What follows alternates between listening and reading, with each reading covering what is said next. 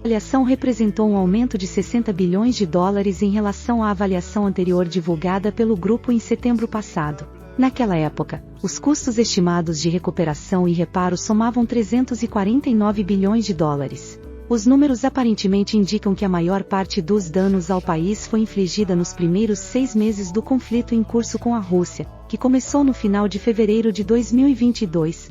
Os números devem ser considerados mínimos, pois as necessidades continuarão a aumentar enquanto a guerra continuar, observou o relatório. De acordo com a vice-presidente do Banco Mundial para a Europa e Ásia Central, Anna Bjerg, a reconstrução da Ucrânia vai demorar vários anos, sem que o responsável tenha dado estimativas de quando poderá realmente começar. Bjerg também disse que os investimentos públicos na Ucrânia devem ser complementados por investimentos privados significativos para aumentar o financiamento disponível para a reconstrução. Não ficou imediatamente claro quem exatamente deveria pagar a conta.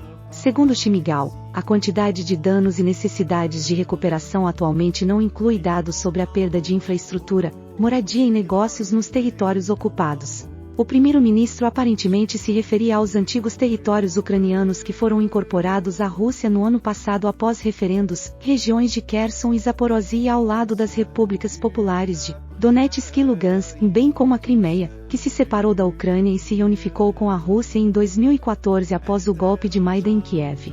Acredita-se que a Marinha Real dinamarquesa esteja conduzindo uma operação de mergulho a leste da ilha de Borneo, não muito longe do gasoduto Nord Stream 2 danificado por uma explosão. O jornal Berlingske informou na terça-feira que um navio de patrulha da classe Flivefisken usado por mergulhadores militares foi visto lá junto com outros 2 navios militares. Os militares dinamarqueses confirmaram sua presença a leste de Borneo, mas não comentaram a missão dos navios, disse Berlingske. Na semana passada, o ministro das Relações Exteriores da Dinamarca, Lars Rasmussen, anunciou que seu governo poderia corroborar um relatório da gigante de gás russa Gazprom, operadora do gasoduto submarino, sobre um estranho objeto encontrado perto de Nord Stream 2. A empresa enviou fotos do item às autoridades dinamarquesas, enquanto o governo russo fez uma investigação formal por meio de sua embaixada, disse o ministro. Copenhagen trata a descoberta com seriedade e investigará mais a fundo, Rasmussen prometeu na época. O objeto foi mencionado na semana passada pelo presidente russo, Vladimir Putin, em entrevista à TV. Ele disse que foi encontrado durante uma pesquisa da Gazprom a cerca de 30 quilômetros de onde o oleoduto foi rompido. O dispositivo pode ser uma antena usada para detonar remotamente uma carga, sugeriu o presidente, citando especialistas. Pentágono bloqueou as tentativas do governo federal dos Estados Unidos de compartilhar supostos crimes de guerra russos na Ucrânia com o Tribunal Penal Internacional, TPI, em Haia, de acordo com uma reportagem de 8 de março do New York Times. A lógica por trás dessa decisão, de acordo com o jornal, é que os líderes militares americanos se opõem a ajudar o tribunal a investigar os russos porque temem abrir um precedente que possa abrir caminho para processar os americanos.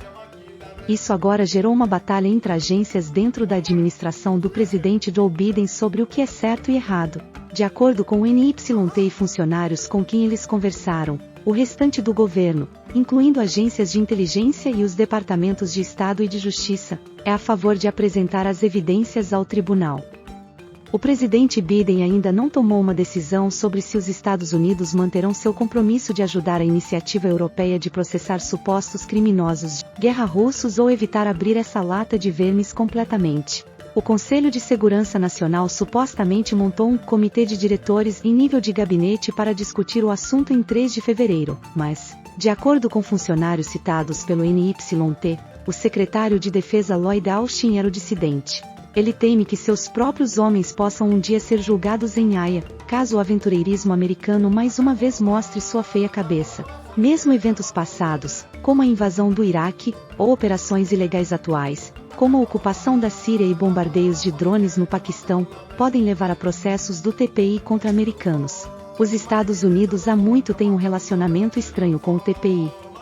Criado pelo Estatuto de Roma de 1998 para investigar denúncias de crimes de guerra, genocídio e crimes contra a humanidade, o tribunal tem sido palco de acontecimentos em Ruanda e na ex-Iugoslávia. Embora os Estados Unidos tenham facilitado as negociações que levaram ao Estatuto de Roma, foi apenas um dos 7 países, junto com China, Iraque, Israel, Líbia, Catar e Iêmen, que votou contra. O presidente Bill Clinton assinou o estatuto em 2000, mas não o submeteu ao Senado dos Estados Unidos para ratificação até que mais detalhes pudessem ser obtidos sobre as funções do tribunal. Depois de alcançar 60 votos de ratificação em 2002, o presidente George W. Bush informou às Nações Unidas que os Estados Unidos retiraram formalmente sua assinatura do Estatuto de Roma logo após a invasão do Afeganistão e antes da invasão do Iraque. O presidente Donald Trump chegou a sancionar membros individuais da corte por meio de ordem executiva sobre suas investigações sobre supostos crimes de guerra americanos no Afeganistão. No entanto, o presidente Biden reverteu essas sanções e as acusações foram retiradas.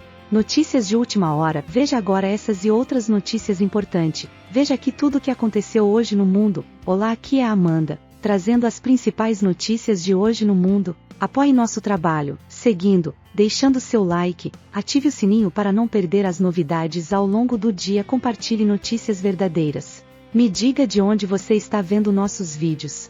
Os militares dos Estados Unidos e os think tanks associados há muito tempo criticam o tribunal por falta de julgamentos por júri e por ser incompatível com a Constituição dos Estados Unidos. Por exemplo, a conservadora Heritage Foundation observou que a participação dos Estados Unidos no regime do Tratado do TPI também seria inconstitucional porque permitiria o julgamento de cidadãos americanos por crimes cometidos em solo americano, que de outra forma estariam inteiramente dentro do poder judicial dos Estados Unidos.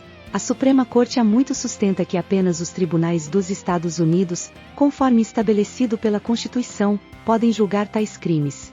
Jornalista vencedor do Prêmio Pulitzer, Seymour Hersh, afirmou que os Estados Unidos forneceram intencionalmente histórias falsas à mídia para encobrir o envolvimento de Washington na destruição do oleoduto Nord Stream 2 da Rússia. Em um post em seu blog Substack na quarta-feira, o repórter veterano afirma que a CIA foi incumbida de preparar uma reportagem de capa, em colaboração com o serviço de inteligência BND de Bering, para fornecer à imprensa americana e alemã uma versão alternativa do Nord Stream 2. Explosões. Nas palavras da comunidade de inteligência, a agência deveria apulsar o sistema em um esforço para descartar a alegação de que Biden havia ordenado a destruição do oleoduto, escreveu Hersh, citando uma fonte anônima com acesso à inteligência diplomática. Ele observou que a CIA havia completado sua tarefa e, com a ajuda da Alemanha, plantou histórias no New York Times e no semanário alemão Die Zeit. Estes se referiam a uma suposta operação ADO fora dos livros realizada por um grupo pró-ucraniano, que supostamente usou um iate de luxo para plantar explosivos nos oleodutos Nord Stream. Foi uma invenção total da inteligência americana que foi repassada aos alemães e visava desacreditar sua história, disse uma fonte da comunidade de inteligência americana Hersh. Os profissionais de desinformação dentro da CIA entendem que uma jogada de propaganda só pode funcionar se aqueles que a recebem estiverem desesperados por uma história que possa diminuir ou deslocar uma verdade indesejada. E a verdade em questão é que o presidente Joe Biden autorizou a destruição dos oleodutos, acrescentou. Em fevereiro, Hersh publicou um relatório bombástico sobre as explosões do gasoduto Nord Stream 1 e 2 em setembro passado, acusando Washington de orquestrar o ataque. A Casa Branca negou a responsabilidade. Na semana passada, vários meios de comunicação ocidentais afirmaram que os culpados podem estar ligados à Ucrânia. Moscou rejeitou os relatórios como uma campanha de fraude coordenada da mídia. A adjudicação de um contrato a uma empresa estatal chinesa para reconstruir um porto comercial na capital das Ilhas Salomão, Honiara, pode levar a tensões de segurança mais profundas, disse o primeiro-ministro de Samoa, Fiame Naomi Mataafa. O acordo firmado entre Pequim e Honiara prevê a modernização do porto internacional da cidade e de 2 cais domésticos como parte de um projeto de $170 milhões a ser concluído pela China Civil Engineering, Construction Company, SEC. A empresa estatal chinesa de desenvolvimento de infraestrutura administrou vários projetos estrangeiros desde sua formação, há 43 anos, inclusive em Israel, Nigéria e Colômbia. Foi a única empresa a apresentar uma proposta de licitação para o projeto de redesenvolvimento do Porto das Ilhas Salomão. No entanto, o anúncio do acordo ocorre em um momento de preocupação dos Estados Unidos e seus aliados com o expansionismo militar agressivo chinês na região do Pacífico, preocupações ecoadas por Samoa, que mantém relações diplomáticas amigáveis com os Estados Unidos. Este é um porto comercial. embora eu ache que há medo de que possa se transformar em outra coisa, disse Fiame na quarta-feira após uma reunião com o líder australiano Anthony Albanese. Suponho que temos que abordar isso se e quando isso acontecer. Royal Air Force, RAF, do Reino Unido matou civis durante seu mais recente bombardeio ao Iraque, de acordo com uma investigação do Guardian e do grupo de monitoramento Airvars, publicada na quarta-feira. O relatório contradiz diretamente as negações do governo britânico de que os ataques aéreos da RAF, destinados a terroristas do Estado Islâmico, também mataram não combatentes. O Reino Unido se juntou à coalizão liderada pelos Estados Unidos contra o Estado Islâmico, IS, também conhecido como ISIS, em 2014 e realizou vários ataques aéreos no Iraque e na Síria até 2020, lançando mais de 4.000 bombas. A coalizão reconheceu ter causado 1.437 mortes de civis durante esse período, sem revelar quais países foram os responsáveis. De acordo com dados oficiais do Ministério da Defesa do Reino Unido, os ataques mataram 1.107 militantes e um civil na Síria, e 3.052 militantes e nenhum civil no Iraque.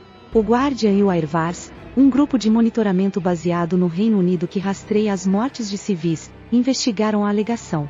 A agência de notícias e a ONG revisaram mais de 1.300 documentos da coalizão divulgados ao New York Times, bem como a documentação do MOD divulgada ao Airvars, para identificar 43 ataques nos quais a RAF pode ter se envolvido. 8 ataques nas proximidades de Mossul foram selecionados e pesquisadores realizaram entrevistas no terreno. Dos 6 ataques aéreos identificados como prováveis realizados pela RAF, a coalizão reconheceu 26 baixas civis. Outras 2 mortes de civis ocorreram em um ataque aéreo confirmado da RAF em 9 de janeiro de 2017, que Londres descreveu como matando 2 militantes. Além de matar famílias inteiras, os mísseis britânicos mutilaram e feriram gravemente várias crianças, segundo a investigação. Um porta-voz do Ministério da Defesa insistiu ao Guardian que não há evidências ou indicações de que vítimas civis tenham sido causadas por ataques na Síria e no Iraque, citando processos rigorosos em vigor para minimizar as mortes de civis. O governo britânico também recusou pedidos parlamentares para explicar como rastreou as